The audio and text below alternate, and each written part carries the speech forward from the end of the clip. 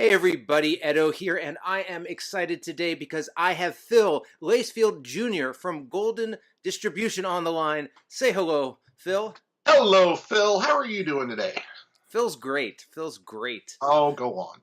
Uh, No, go on. I like to hear how great I am. yeah. So, yeah, this is the first time I've had you on, and I'm excited to talk to you about distribution. But like all the people I speak to, can you take a second to sort of give your ramp up to Golden Distribution and how you got into games and sort of Sure. how it all Sure. came Well, together?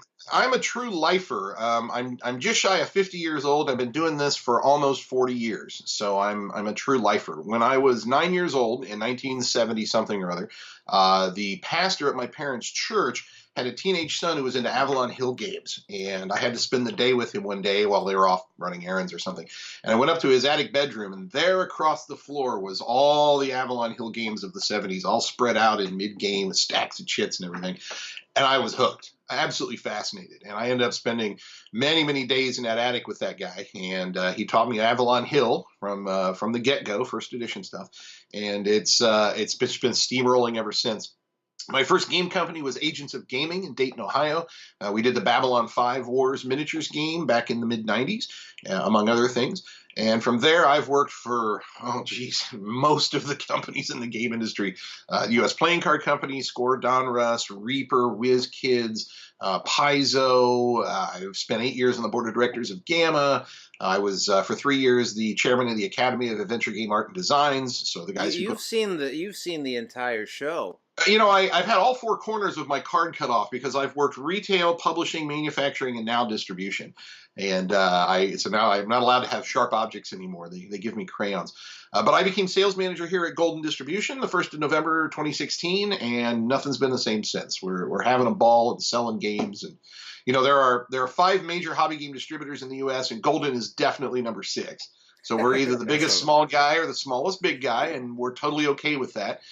We're known now as the miniatures distributor. That's the thing, is everyone else is chasing the almighty board game dollar. We will happily take all those miniatures to games and whatnot and put them in our warehouse. That has put us in the unique position of being the largest importer now in the U.S. of miniatures, paint, terrain, scenics, all that sort of thing. So that's our jam. That's what we do. And that's really what you guys have been specializing in.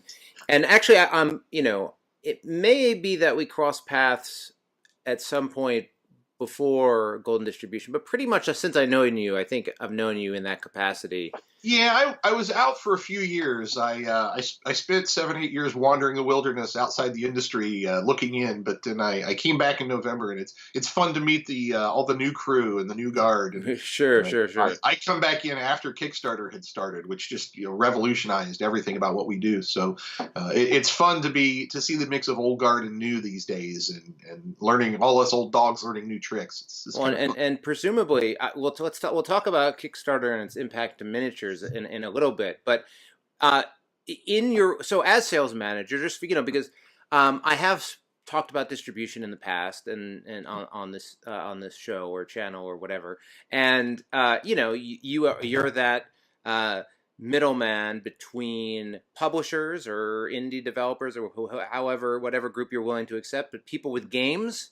Mhm. And then and correct me if you feel differently, but then the distributor has those games and then sells them directly to retailers. So you take the huge spread of retailers and you're moving it down to one company that the publishers are talking to, and you're moving the stock through and doing that. I mean, Yep. Is that how you describe it, give or take? Yeah, that's pretty close.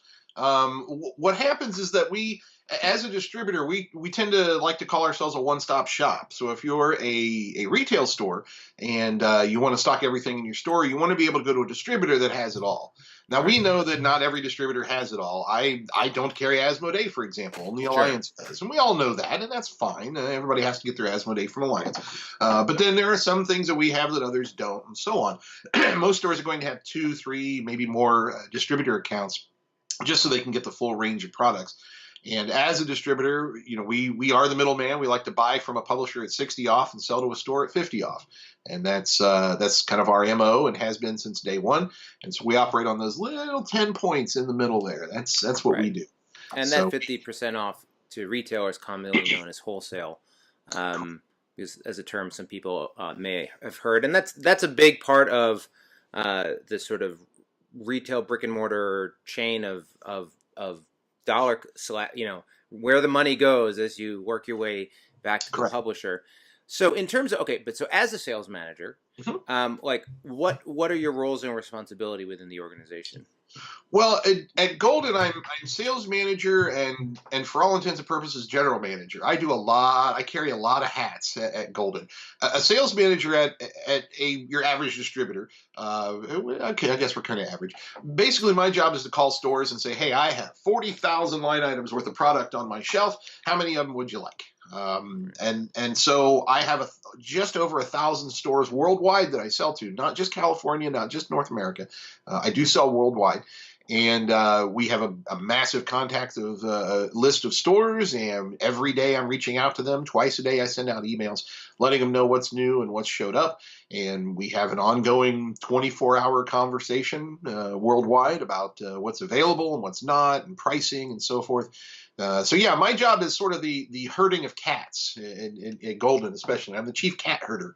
I work remotely. Our warehouse is in Santa Clara, California, but down there I have a staff of 12 or 13 guys in the warehouse and accounting and whatnot to do all that for me. The boss is down there too. But it all works like a well-oiled machine, product in, product out, and I'm the guy that makes it all go. I'm the guy with the oil can at the gears. Yeah, sure, So everything squeaks properly. You got to make sure that stores buy the stuff. Mm-hmm. And I'm also the chief product scout, so I'm the guy that goes to all the conventions and like a buyer, so to speak. Well, no, I have a buyer staff. I have a staff that does nothing but purchase products for me, my buyer team, and I have a products team that takes care of all the products for me. It goes into my massive inventory in the system, make sure everything is smooth and correct, and always updating, always tweaking. But as far as new products go, I'm the scout. I'm the guy that goes out into the world and says, "This thing must be in our warehouse," and then I bring it back.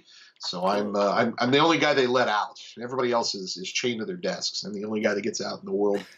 Well, so let's split this up. One question I had while you're going through all that was, when it comes to, because a number of the people who end up watching this are Kickstarter creators or indie publishers. Not everybody, but some of them.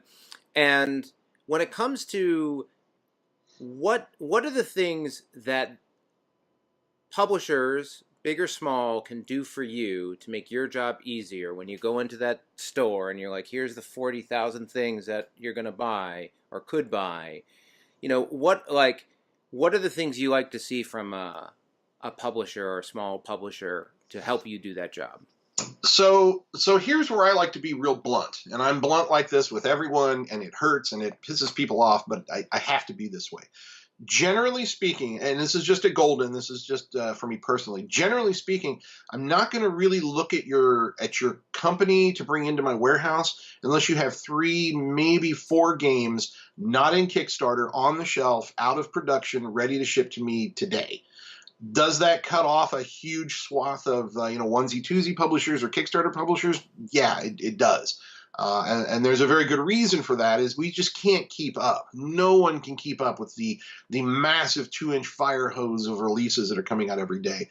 Back in I tell people, like, it's get off my lawn day, but back in the 90s, we'd go to Essen and people were astonished when 200 titles would be released at the show. Oh my goodness, 200 titles. How in the world are we going to keep up with 200 titles being released in a year? That was 20 years ago. This year, there were over 1,700 titles released at Essen. No one can keep up. No distributor can keep up. No retail store can keep up. It's physically impossible to do this. And so for you, I guess it splits into 2 parts. One, you've obviously just truncated what can come in by having a higher bar. But I mean, do you think that's a problem or just something that needs to be managed? Well, it needs to be managed. We're never going to avoid Kickstarter. It's here. It's big. Everyone's doing it. Everyone's making a lot of money off of it. And good for you. Congratulations. If you're a Kickstarter publisher and you've got a massive hit that came off of there and you've got thousands of dedicated slathering fans all around the world, man, good on you. That's fabulous. Am I interested in bringing your product into the warehouse? Probably not. And the reason is because if you're a first-time Kickstarter, you're one of literally 1,200 other ones in the last year or so. And I don't know which one's going to make the most sense to throw my money at. So I have to be extraordinarily cautious. And again, it's not you, it's me. I don't physically have room in the warehouse to bring in every single one of those, nor buy 6 cases and hope for the best. If I buy 24 of a thing, again, based on my margins, if I buy, say, 24 of a thing and I'm stuck with 3 of them at the end that I can't sell, I've eliminated all my profit on all the other ones. And So that's something. I mean, we're sort of all over the place, but that's something I think that's really important to emphasize too, as far sure. as the margins. And the same to some degree is true with the retailer. They have a bigger margin, but the that idea of if I overbuy just a little bit, Hmm. any money I would have made, I am no longer making. It's exactly right. It's Is exactly right. I think significant when there's a lot of conversation right now on how to like understand how many copies should be printed and printing to and what should be sold into distribution and retail, and there's all these places along the way where there's hesitation, right? So as a distributor, as a retailer, as a publisher, you don't want to overprint, Correct. right? um, and be It's the stuck question for the ages. Do you want to overprint? Do you want to overbuy? Do you want to yeah. underbuy? Do you want to underprint? It Right. goes on every day. We all have the same issues. Yep. Okay, but so yeah, it's just it's interesting just to remember, like, when you're working with a 10% margin, how few over how small you only your how small your margin is Oh yeah. for Oh making yeah. your decisions. Yep. I Um, always tell folks if they're in Kickstarter or, hey, would you be interested in my game? Well, that's where I stop the conversation. You need to come to me before your Kickstarter even launches so that I can lay this all out for you and say, you have to price yourself and your margins in order to be into distribution and retail. And here's how you go about doing that. A lot of folks, their eyes water and they're like, wow, I won't be able to make any money off of this game. Well, then you need to increase your prices.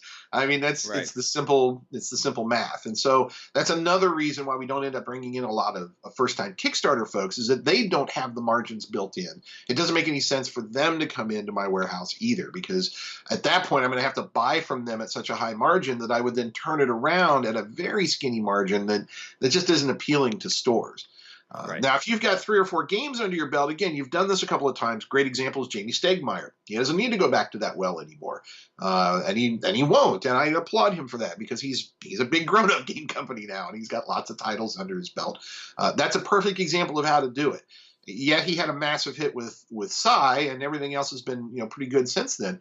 But the guy's doing it right. And anytime I come across a Kickstarter publisher who says, "How do I do it right?" I point at Jamie Stegmaier. Stone Games is the absolute gold standard of how you do it right.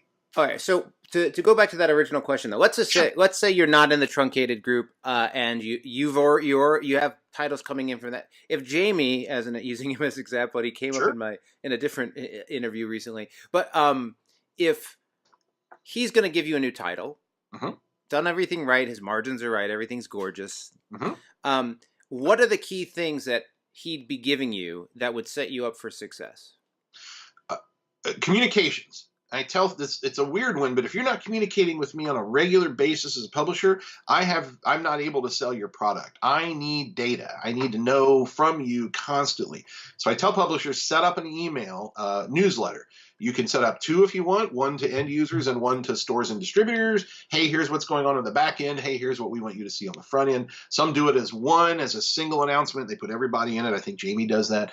However you feel comfortable doing it as a company, you've got to talk to us on a regular basis. Even if nothing's going on, even if it's a quiet week and everything's just sort of churning away in production and artists are arting and writers are writing, you can say that. Hey, not much to report here, but don't forget our game comes out here in a few weeks.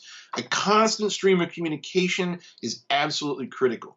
If you fall down on that, you fall off the bandwagon and the hotness goes away. And right now, the hotness is what drives everything. So you've got to be proud and loud and out there every week talking about your product and talking about what it is, telling distributors, hey, don't forget about us. We've got this thing coming. Here's updates is really, really important. The second thing is, and to mention margin, of course, you have to make sure your margins are worked in.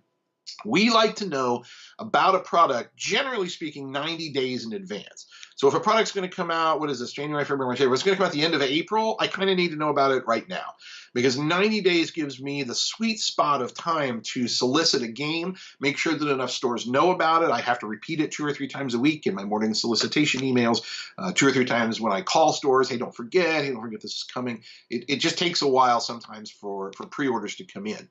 Now at Golden, we have a unique pre-order system called the War Box. The War Box looks and acts like a wish list when you're a retail customer, but it's actually a commitment to buy list. So it works extremely well for pre-orders. Let's say somebody comes along and wants to get, I don't know, 6 copies of the Petrichlor expansion, for example. They click on the site, it's blue, it's unavailable because it's blue pre-order status. There's 2 buttons there. One says add to order. Well, you can do that, but nothing will happen because we don't have the product.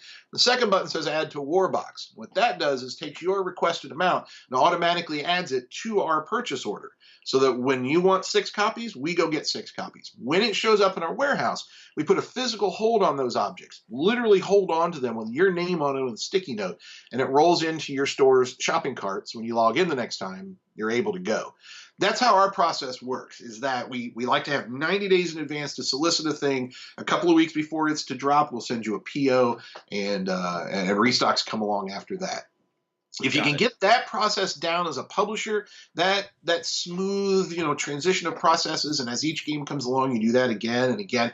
It's really simple, and you see definitive results from that. Right. Yeah, I certainly I've been trying to get in front of things, but not as far in front as I probably should, and I haven't done the sort of distributor newsletter bit as well. It's wiggle my finger at you. No, it's true. Sometimes products get in with folks called consolidators, like Impressions, for example. Right. Impressions is a great one. Hit Point Sales, PSI, any of these guys that some publishers get confused with a distributor. Well, aren't these guys a distributor? No, they sell to distributors. We buy from them. They're another cut in the margins. They are another cut in the margins, but for small press guys and even some large press guys, they're critical. And the reason why is because, say, for example, you're trying to sell to Golden, and you come to me and say, I need you to buy a minimum of 2 cases of my product, so say 24 games. I don't have demand for 24 of your games. I would love to, but I can't take the risk of buying 24 games. Right now, I have requests for, say, 5 copies. Okay, I go to Impressions, I buy 5 copies of the game, and then next week, if I need 5 more copies, I can get 5 more copies. It's an on-demand inventory system, just-in-time inventory. The auto industry's done it for decades, and now we're starting to get keyed into it. A lot of publishers get angry when they look at our websites and go, oh, well, you're always out of stock. Well, yeah, we kind of are, and we kind of have to be. That's why we have the pre-order system. Is I'm not going to blindly go out and buy a bunch of stuff unless I know stores want it. So with the Warbox system, a store can come in and say, I want this. Then I know I have actual numbers and data that say, here we go, here's demand for the game. We can go confidently buy into this. Right. Consolidator helps us get away from all of that, because I can buy onesie twosies or 6, 10, however many I need on a regular weekly basis from these consolidator warehouses. Right. As a publisher, yeah, they take another 15, 18% cut out of the middle, and so that kind of sucks. But it really helps if you don't have a warehouse of your own. Oh, sure. I mean, just in terms of dealing with distributors, handling your stock. Yep. If they take you're all in the hassle off your hands, all the paperwork, all the shipping, all the returns, all the damage claims, all that stuff. You don't have to touch any of that. Right. They'll do it for you, and it really is key to me. I especially point overseas customers to U.S. consolidators, because I love importing products from Europe, but man, it's expensive. So I tell folks, get some product landed in the U.S., get with one of these consolidator warehouses. Yeah, you're going to take a bit of a hit in the percentage-wise, but we'll have your stuff. And we'll always have your stuff available to us. That's the important part. Right. If I can get it for cheap and free-ish shipping in the U.S., problem solved. Right. Mm-hmm. Interesting. Okay, and so to shift gears again. Sure. Since you've had this extended vantage point, and you specialize in miniatures, right? Get off my lawn. Yeah. Get off my lawn.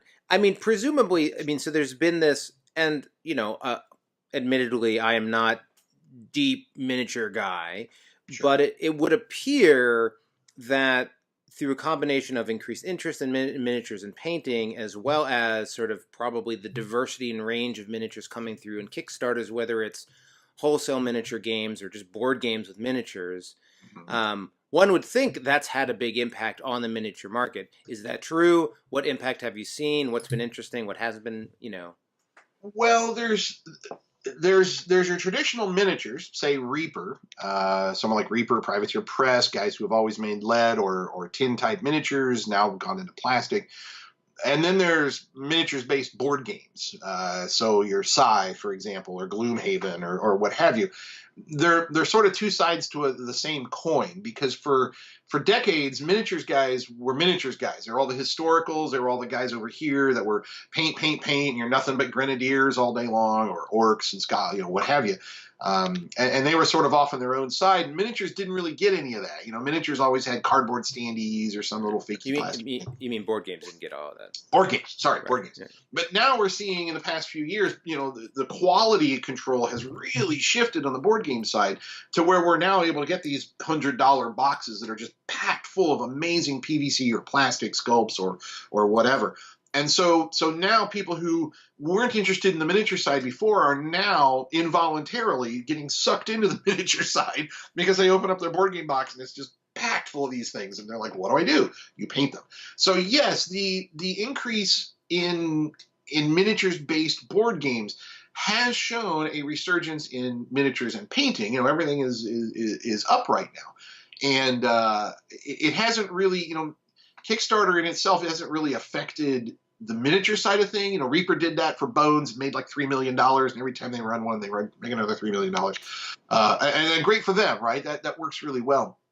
But they're still trucking along. Metal miniatures, plastic miniatures that are used as RPG figures are bigger than they've ever been. And skirmish combat. I mean, look at Games Workshop right now. 8th edition is just massive. And I mean, the observation from my side has just been the amount of interest and activity in miniature painting and sharing and making seems to be skyrocketing, and some of it's in the context of the traditional miniature games that I'm used to seeing as miniatures, and then some of them are the board games that have either 5 sculpts or 50 sculpts, right? And like that idea of getting a little standee and painting it and then sharing it, and because I'm just seeing more and more classes, more and more like, there's a game castle near us and just places where they're like, come on in and we have a painting room and we have all the materials. And all the good retail stores are going to have a little corner somewhere where you can sit and paint your guys all day long, and provide a light and a bench and some brushes and what have you.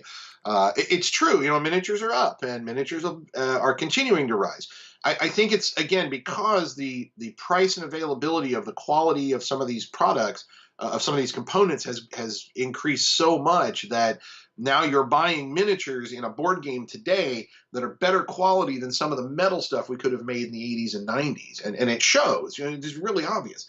So yes, we all float together, and as board game people buy more miniature stuff, of course they're buying more paints and whatnot. They don't have a whole lot of choice. It comes in the box, and they don't want these boring gray figures out. So yeah, we do see a lot of turnover of folks who would have never considered picking up, say, a historicals game. But then their eyes are open when they go in a store and they see all of these cool things. They play a couple of board games that are miniatures based, come right back and say, what else you got?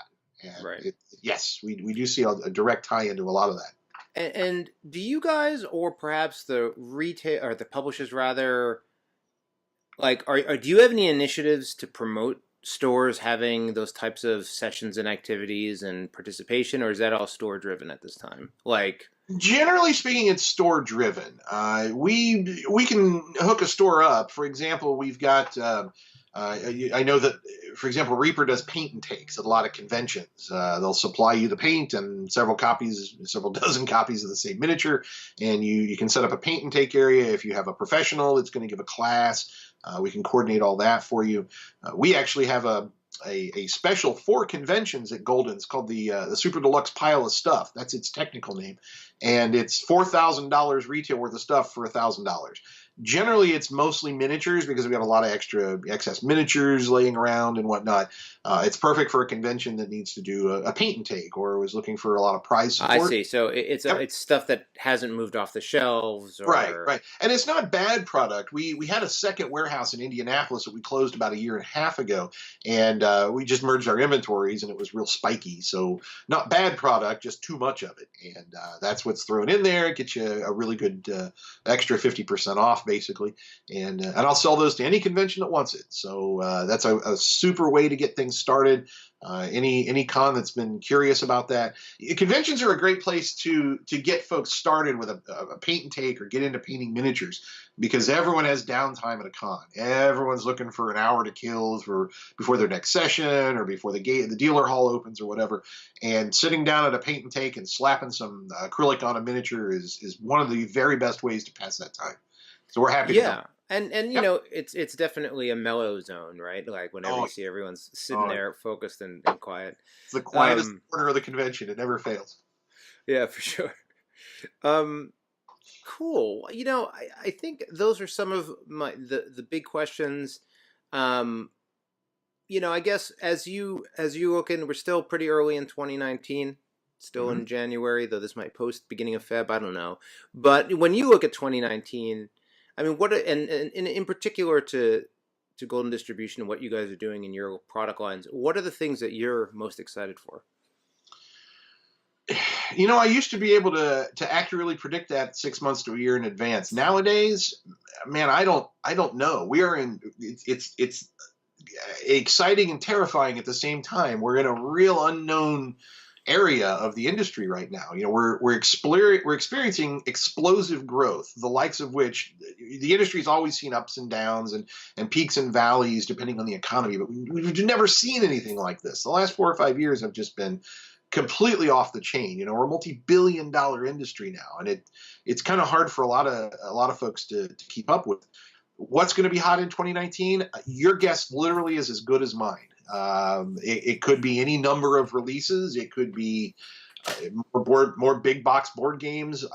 The turnaround from announcement to rock steady hit is so short these days that I can't even wander a guess as to what's going to be hot this year. But you're having fun in that mess. Having fun. You know, what we're doing, what we are at Golden seeing right now more than anything is paint. We are moving more paint than we're moving almost anything else. I stock 14 different paint lines and I mean racks, full rack deals, acrylics, brushes, oils. No, it's the razor blades of the industry, right? It really is. You know, we had so much demand for tools. You know, stores always need a hardware section, your pin vices and your knives and your sprue nippers and stuff. That we went out and found a tool manufacturer to make a line of tools for us. So now we have an in-house brand. Oh, and your guys are stepping it up. You know, Sears got Craftsman. We made Arms Keeper. So Arms Keeper tools. I made it. I went out and found it. I designed the backer boards. It's Phil's tools, for lack of a better term, but it's Arms Keeper tools. And there are 64 things in the line. We're going to do a rack and everything. We can't keep them in stock because finally people are able to get, you know, an affordable hardware section in their store. Who knew that was going to be the big thing of last year? But yeah, paints, all the finishing things, you know, there are tons and tons of miniatures companies, but more and more people now stepping up with high quality finishings. So paints and sealants, dips, washes, the number of books and DVDs on how-tos that we're selling right now is off the charts. More and more people are showing more interest in that every day. So I think that'll be a pretty solid growth area for us this year. Interesting. Yeah, I mean, I think as the scale of the audience grows significantly, I mean, that's the advantage of I would presume the advantage of the board game space is maybe not as ardent the fan, but you have just a broader audience of people getting interested, messing around, and trying it out. Right. Yeah. If you got to remember, you know, 10 years ago, even when you would tell someone I play D&D or I play board games, it was, see, seriously, everyone would giggle or laugh at you and go, nerd, you know, whatever. It was a stigma, but it's not anymore. It's totally not anymore. It's cool and it's hip and it's friendly. And we've never been like this in the 40 odd years of the game industry. We've never been hip or cool or trendy. And so, holy crap, everyone's sort of freaking out about what do we do now? And we've handled the growth pretty well so far. I'm not going to lie. I worry about the other side. You know, with every up, there's a downside. Sure. And there's been a lot of talk, especially in 2018, about, are we on a bubble? Are we on a crest of too many board games? Is there going to become a point where this becomes Pogs or Garbage Pail Kids or Pokemon cards? No, I believe it sounds funny, but I've lived through every one of those crashes in the market, and it took out giant swaths of stores and entire distributors. You know, one product's failure can take out an entire distributor, and it happens overnight. It happens just in this blink of an eye that people are like, yeah, I don't want to play board games anymore. Ooh, video games. And off they go. And we've seen that exact thing happen before, too. Right now, board games are so big, and I say board games as the generality. It's miniatures, card games. But, you know, gaming in general, it is so big and so mainstream right now that it's carrying its own weight, and it's doing great. It's making everybody money.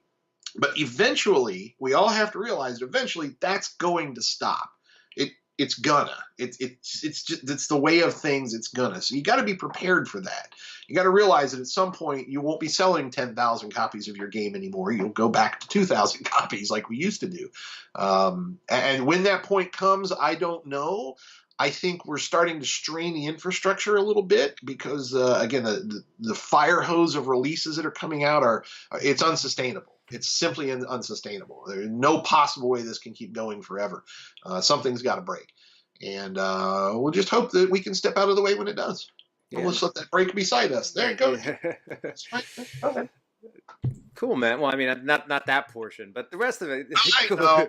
I hate to sound all doom and gloom, but I think it's an important conversation, and I think that's the type of stuff that I like to at least bring up and cover. But cool. Well, thanks so much for being on and giving all the insight and information. Super useful. Good reminder to me to get my act together in certain regards.